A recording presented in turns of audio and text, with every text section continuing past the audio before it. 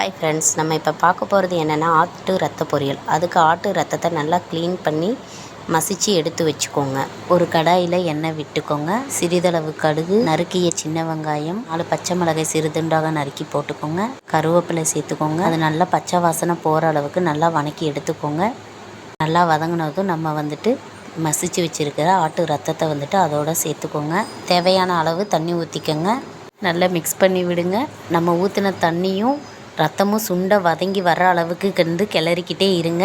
நம்ம ஆட்டு ரத்தத்தில் உப்பு இருக்கனால உப்பு சேர்க்கலை. உங்களுக்கு வேணும்னா தேவையான அளவு உப்பு சேர்த்துக்கோங்க. 5 மினிட்ஸ் நல்லா வதக்குனிங்கன்னா இந்த மாதிரி கெட்டி பதத்துக்கு வரும். தேங்காய் துருவலை மேலாக தூக்கி கிளறி விட்டுக்கோங்க.